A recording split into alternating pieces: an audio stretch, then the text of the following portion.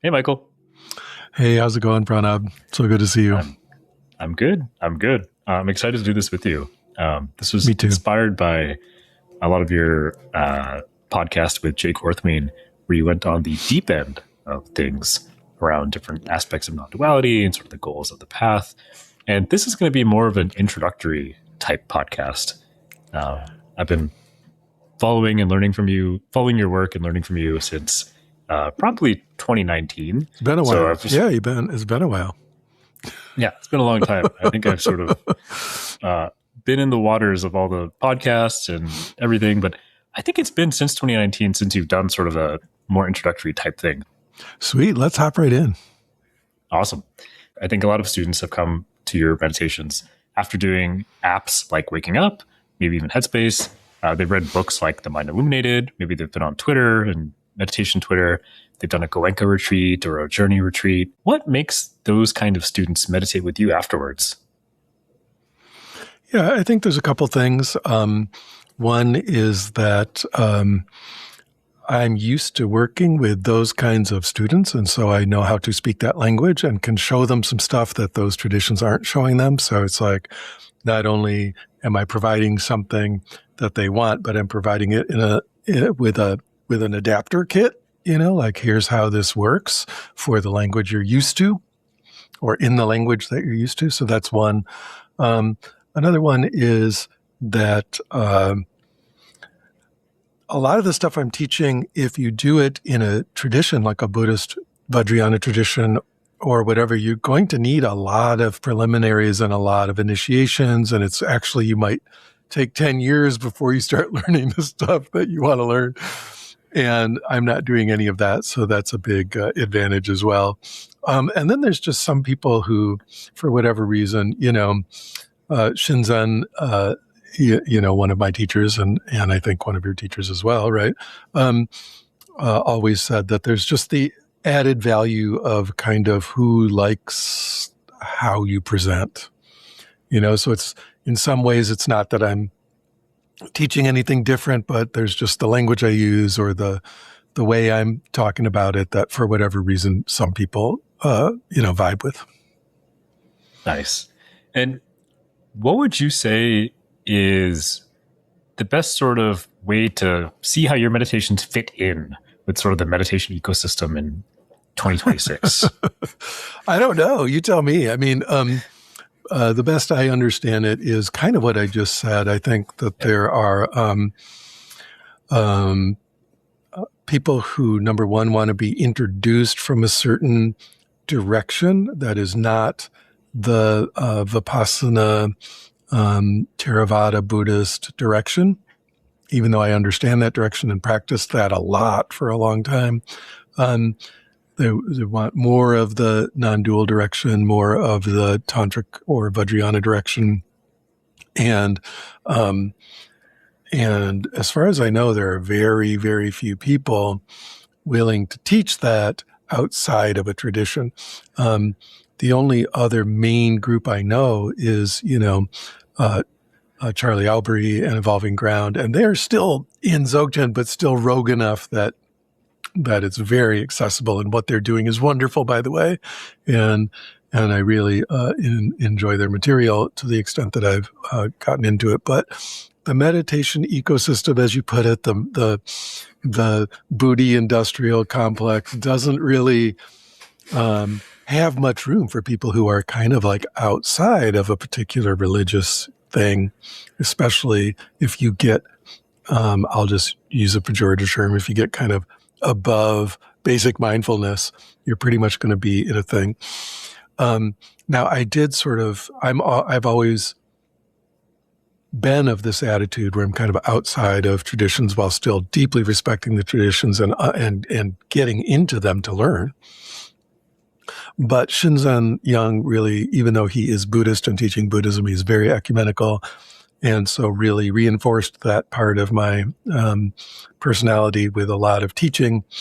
And so, where do I fit in? If it's almost like if you don't fit in anywhere, you'll fit in with what I'm teaching. Yeah.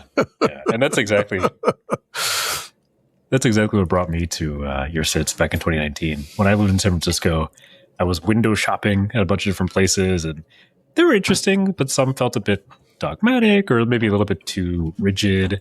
And I think when I got to your sits at San Francisco Dharma Collective back in the day, they just felt very refreshing. It was like, oh, cool. I can like the intellectual part of my brain was sort of like, oh, I like this. And I was actually just getting into deeper, more open sits than I ever had before from sort of the more non-dual way of teaching, even back then.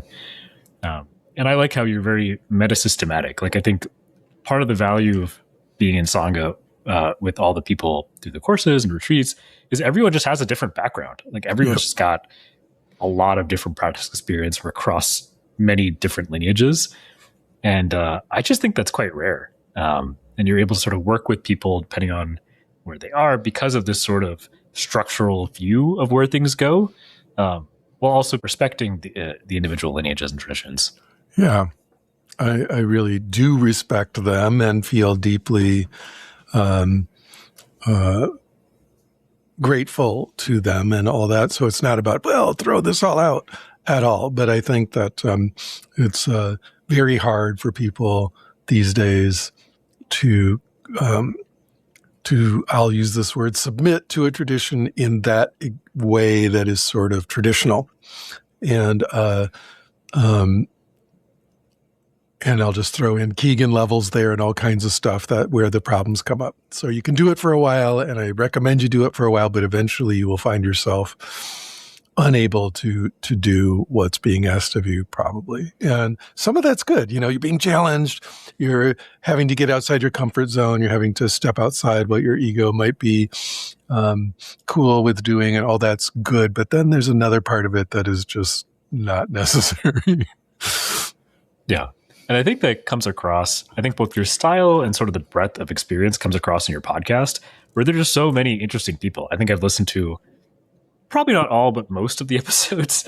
And it's fun talking about it with friends and finding community through that, of just seeing sort of the breadth of Dharma and breadth of modern meditation there is. And with that too, I think you also have a depth. You sort of aren't afraid to talk about the deep end of practice and where things can go. I think if people are especially interested, they can go into your podcast with Jake about that, or with other teachers like Harish.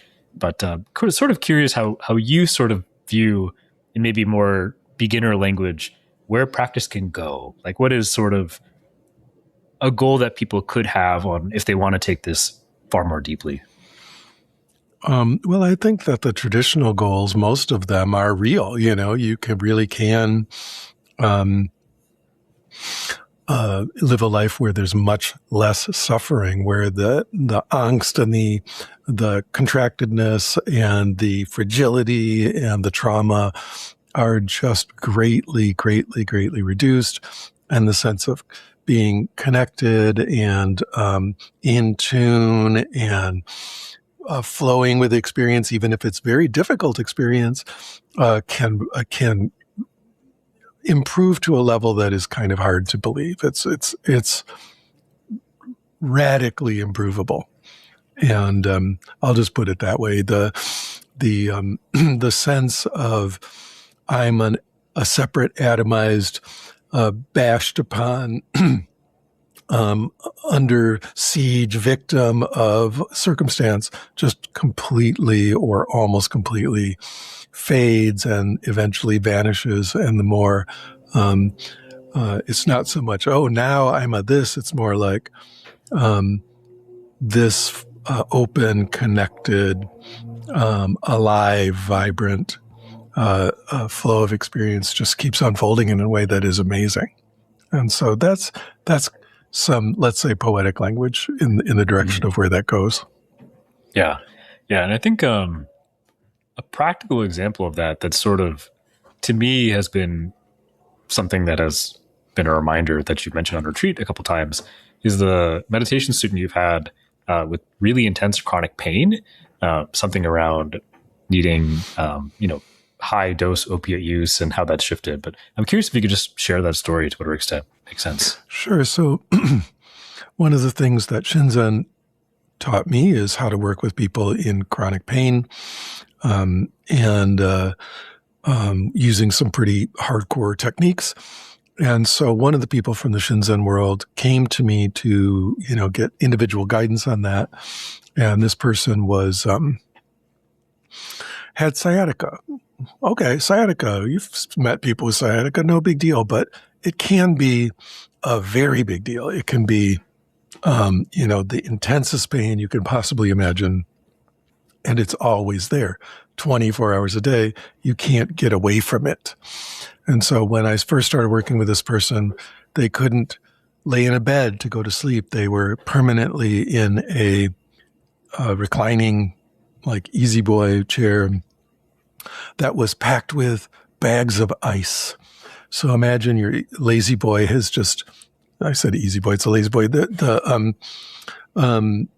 It's packed with ice. You have to keep going, having a friend or, someone get bags of ice, and then you lay on those. Now, you think, okay, that sounds like pretty bad pain, but it's just ice. But this was what they were doing after already having a morphine pump permanently implanted in their body. So that's how much pain they were in after being continuously on morphine. So imagine how much pain that is. And the level of motivation that would provide to do something about it.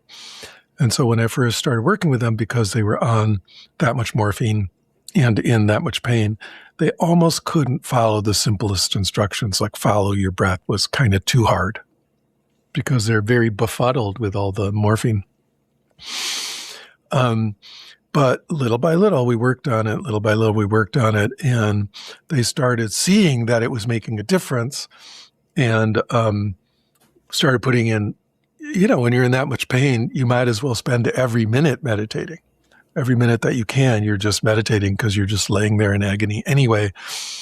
And so after more than a year of this, they were finding immense relief in this meditation. And as you can imagine, this person has no reason to kid themselves, right? It's like, this isn't something, I'm talking myself into imagining I'm feeling relief or something. No way. This is serious. They needed real relief. And the meditation gave them real relief. And so they became very, very good at it, and actually reduced their morphine quite a bit. And eventually, at this point has passed away, but that was a real eye opener for me because I knew it could do that, and I knew I had worked with some pain successfully, but I didn't realize it could be that powerful with pain. And of course, these techniques were developed thousands of years ago when there weren't many painkillers available. And so people needed actual, you couldn't just go get some meds. And so these were developed to be useful to people in the everyday, and they really are. So it's interesting in this light, in the light of stories like that, to recognize that the pain center in your brain is the same for physical pain as emotional pain. Most of us aren't dealing with that much physical pain, thankfully. But, as you get older, you do have more and more and more physical pain. And maybe some people are, but practically everyone is dealing with that level of emotional pain. And here we are at the beginning of 2026. Get ready for a lot more emotional pain, like more than you are imagining. And, but the techniques work exactly the same and have the same power to alleviate the suffering, the same power to help emotional suffering just impact us way, way, way less. And so that's kind of the getting from negative numbers to zero part of meditation. Then there's now we're going to go into positive numbers, which I know you taught or teach with Jhourney and so on, let's start having some really powerful positive experiences too. And of course, there's all that end of it as well, which is equally effective. Yeah, that's a really powerful story. I think what I like about that is I think it just makes it very clear there is possibility for progression in practice. You know, there's possibility for depth. There's possibility for this thing to unfold in ways that you just can't really know. And at the same time, there's sort of a light map that you can kind of look at, which brings me to the question around how you view the ways meditation can progress. It makes me think of your stack model in terms of in hacking the stack parlance. And I'm curious if you could just talk about that, of how you view sort of the arc of practice for someone, maybe even with this person or in general, when someone's starting, and what it looks like to go, quote unquote, deeper into practice. Right, sure. So at first, the main thing is just getting some samadhi going, right? Getting some ability to pay attention. This is crucial and it's fundamental, and you can't really do it without it. On the other hand, getting some basic attention going isn't that hard. These days, the hardest thing is just all the attention destroying apps we have. And so you may have to go on a social media fast or something to really get your samadhi going. And the minute you go back on social media, it will get wrecked. So it's important to guard your attention a little bit. But beyond that, getting the basic capacity to pay attention is, I think, for most people, utterly achievable. And so that's the beginning. You got to be able to have some level of samadhi. That said, you don't have to do it in any particular way. You can do it in very surprising ways, like dancing or singing or doing mantras or doing visualizations or lots of other stuff besides watching your breath, So there are many, many, many, many, many ways to get some attention, stability of attention happening. Once that's there, then you want to use the stability of attention to begin deconstructing your experience, right? My whole world is called Deconstructing Yourself for a reason, because the main important part of the path is deconstructing experience. And so that's where the stack model comes in. Once you've got some samadhi, once you've got some ability to pay attention, then we point that attention towards various aspects of sensory experience and start to deconstruct them. And we don't deconstruct them in, in an intellectual manner. We're not trying to figure them out or somehow see what they're made of in some kind of third person model.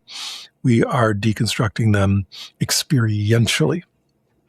And so, do you want me to go into the model itself at this point? Yeah. So if people want to go even deeper, you have a course coming up called Hacking the Stack starting January 2026. You had a 6-hour workshop thing. I'm not sure if people can still access it, but they can. Back in September 2024. Yeah. So there's a playlist on YouTube. Nice. Yeah. So you have the 2019 one, 2024 one. But just for like a couple minutes, what is the stack model and how is it useful? Right. So, it's useful because it will get you from having basic attention to being able to contact emptiness and maybe even deep emptiness, which is another way of saying deep openness, deep availability, deep spaciousness, which is where all that equanimity and ability to not suffer as much comes in, right? So it gets you from the shallow end to the deep end. That's what it's made to do. And it's called the stack model simply because it's a stack. It's a layer cake. And the levels of the layer cake are sort of the initial way we encounter things, which I call the conceptual level, because most people in our society never encounter anything directly. They encounter the idea of it.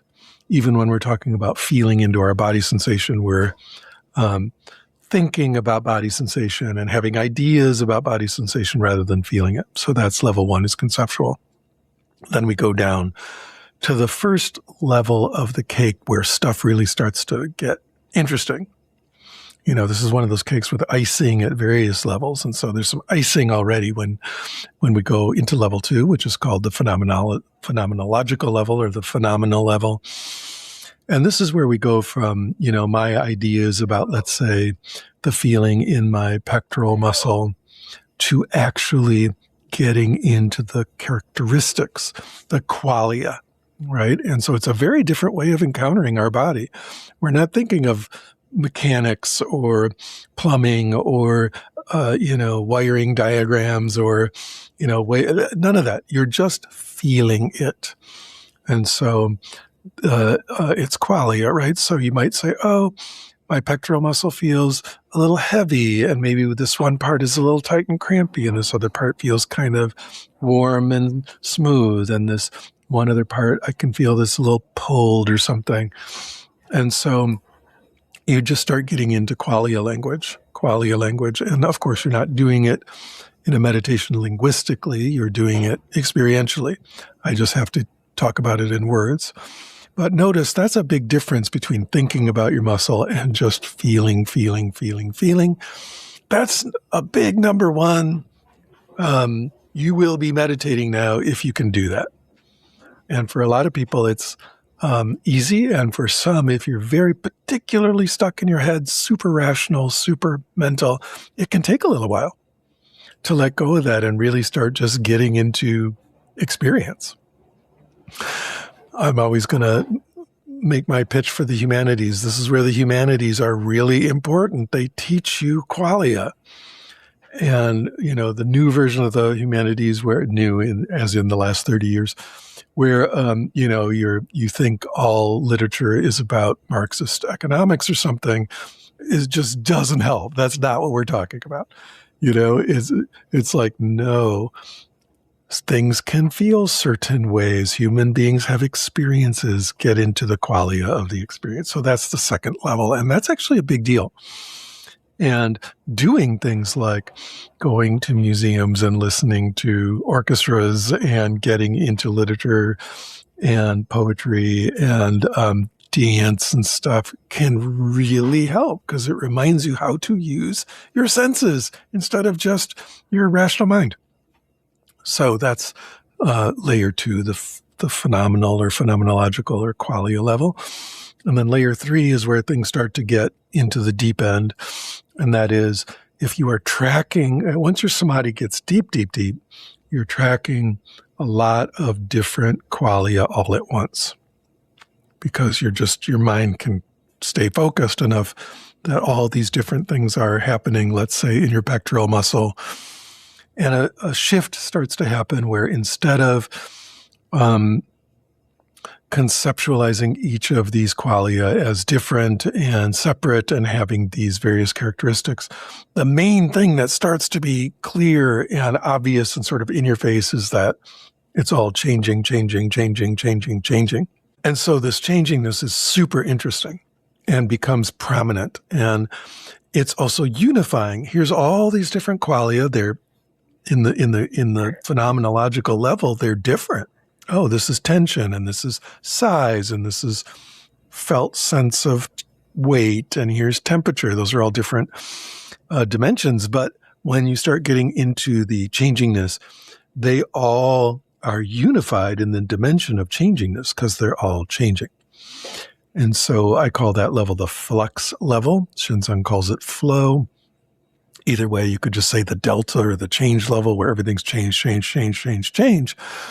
And this is where you start getting into much deeper samadhi, the simplification of everything into just total change, and observing that change becomes very absorbing.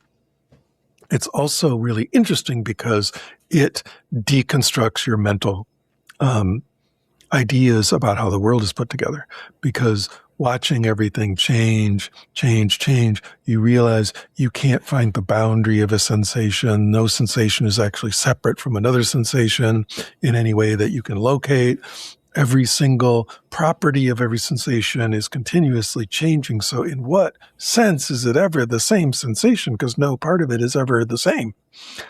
And your whole idea that I'm meditating on a particular thing is completely, utterly just an idea. And so it starts to melt your brain in very deep ways.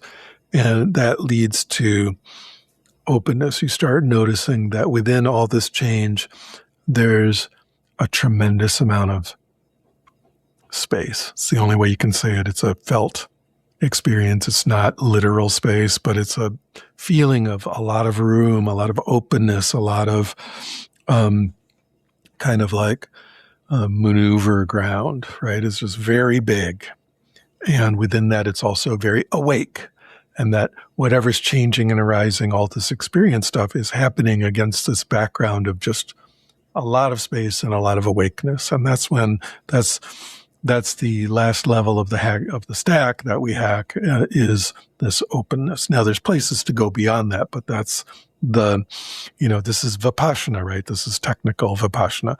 Now, if you, for example, are a Goenka meditator and you want me to say Vipassana, no, I'm saying Vipassana because we're talking about emptiness and spaciousness, not about the three marks. But of course, they're very, very similar.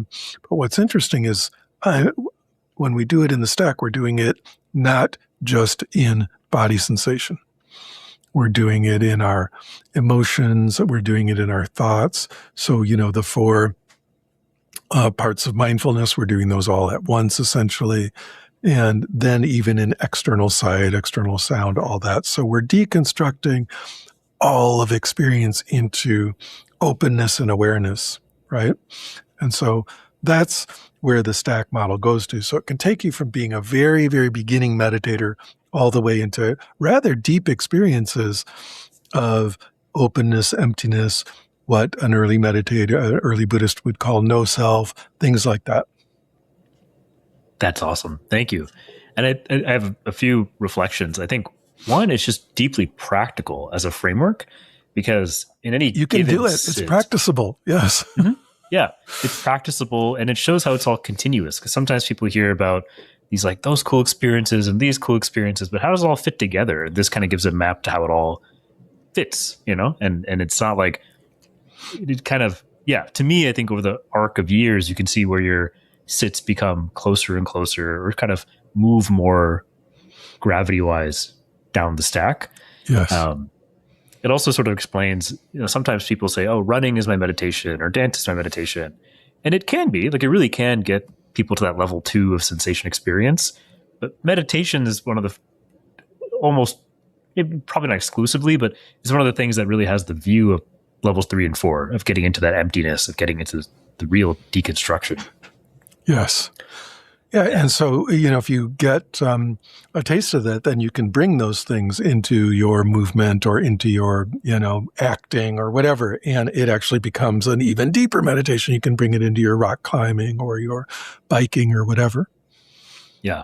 And I want to get back into that, bookmarking that for reversing the stack of what it looks like to bring that sort of depth back into daily life activity and even into concept. But just going back into sort of, in my mind, when you shared the stack model, it sort of feels like a y-axis, and then, yes. Applying it to body sensations, and then other sense gates, and internal, external emotions, boundary. That's where Vaskai mind goes. And that you kind of get into that sort of the x-axis of,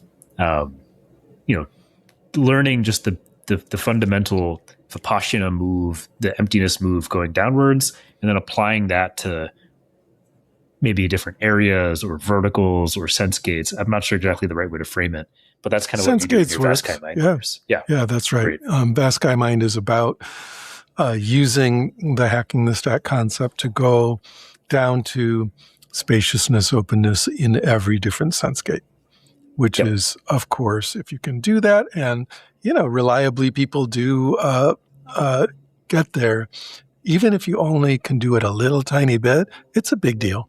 You starts to really change things. Yeah. And I think quite achievable. Yeah. And I think another way to ground this is when people talk about feeling present or feeling in flow, oftentimes the deeper you are experientially down the stack, the more presence, openness, flow you'll just feel. And it just feels really good. That's kind of the definition. Yeah. Yep. Cool. And I'm curious, so how does, if you look at your sits in the last 2-3 years at Alembic, there's a lot of mantra, there's a lot of, chanting, there's some visualization stuff, there's some interesting like deity yoga things. How does that fit into all this stuff? Well, as I said at the very beginning, you got to have a little bit of samadhi. And most people walking into a meditation class after work and driving through traffic and all that, they're not anywhere near samadhi. And so, rather than and what is samadhi again? Like a short just attention, being able to have stability of attention. It's just simply, there are so many different ways to get into a good amount of attention, many of which are there in all the non-dual traditions. They're there in non-dual Shaiva Tantra, they're there in Dzogchen, they're in Mahamudra. All of these techniques are very normal in those situations. But I also find that different people react differently, whereas if and so some of these are going to help this person and some of these are going to help that person, that type of person, this other type of person. And I'm very ecumenical that way. I want to help everyone get into it. And so I found when I was being much more rigid and, like, oh, you have to follow your breath, or, oh, you have to feel, this is the only way to samadhi, that wasn't serving people. Plus, it's no fun. Plus, why not use all these other techniques that are traditional? And I'm not afraid of the woo, it's like, okay, bring it on. It's, who cares if it's bringing you into a deeper sense of attention, a deeper sense of presence, allowing you to get into meditation. Great. Use it. But beyond all that, it all comes down to the proof is in the pudding. And what I found is leading meditations like that, it is much more effective. Many more people are finding it much more effective. So I'm like, that works. And that's what I care about. What works? Awesome. Yeah, what I like is from the sort of mindful geek days to the 2019, 2020 days to now, there's sort of an arc to the guided meditations, like the hundreds you have on YouTube. And it's really interesting to see for someone to sort of dive in, like, oh man, what do I do? Where do I start? And I think it is tricky to kind of orient, but hopefully this podcast is sort of a way that they can orient towards that. Part of the thing is just dive in and do it.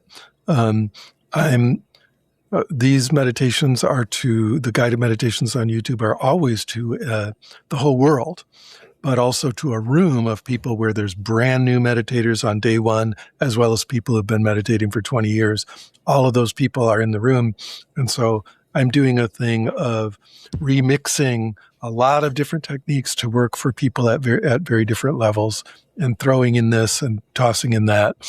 And so just go with it and you'll learn a lot. And then if you want to start to get systematic, then, there's lots of systematic teaching available out there, not only my stuff, but many people's. So that's available when you feel like getting a little more into the nitty gritty.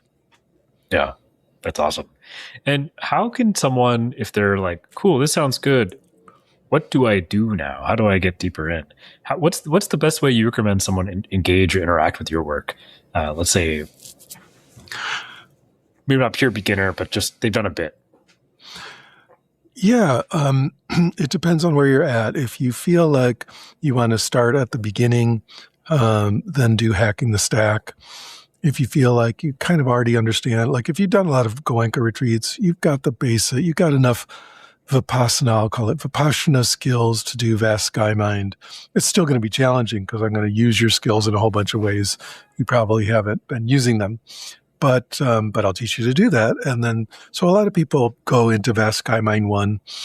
And then there's all the tantra courses if you want to get into the pranayama and all the visualization and all that, which is not necessary, but it's actually for a lot of people really, really helpful, really powerful. Even the people who aren't that into it end up taking some things from those courses and using them because they're so effective, So you start at Hacking the Stack, and I'm going to add a lot more courses coming up. It's just a matter of having enough time to get the materials together, but there's going to be a lot of ways to dig in, like shorter courses, weekend courses. Another thing I really recommend people do that is very cheap and very accessible is one of my online retreats, which usually are like 4 days long and don't cost very much. And you're there with a lot of support and me and TAs and people to talk to. And it really kind of it'll get you up to at least cruising speed pretty quickly. Nice. What I like doing, and one thing I'll add in addition to all that, is just doing meditations with friends, like doing your meditations with friends. I've done a lot of that over the last 2 or 3 years in Austin, where I lived. And it's great. We just sort of can really dive in. There's nothing that beats sangha, especially if someone doesn't live in Berkeley, California. That's right.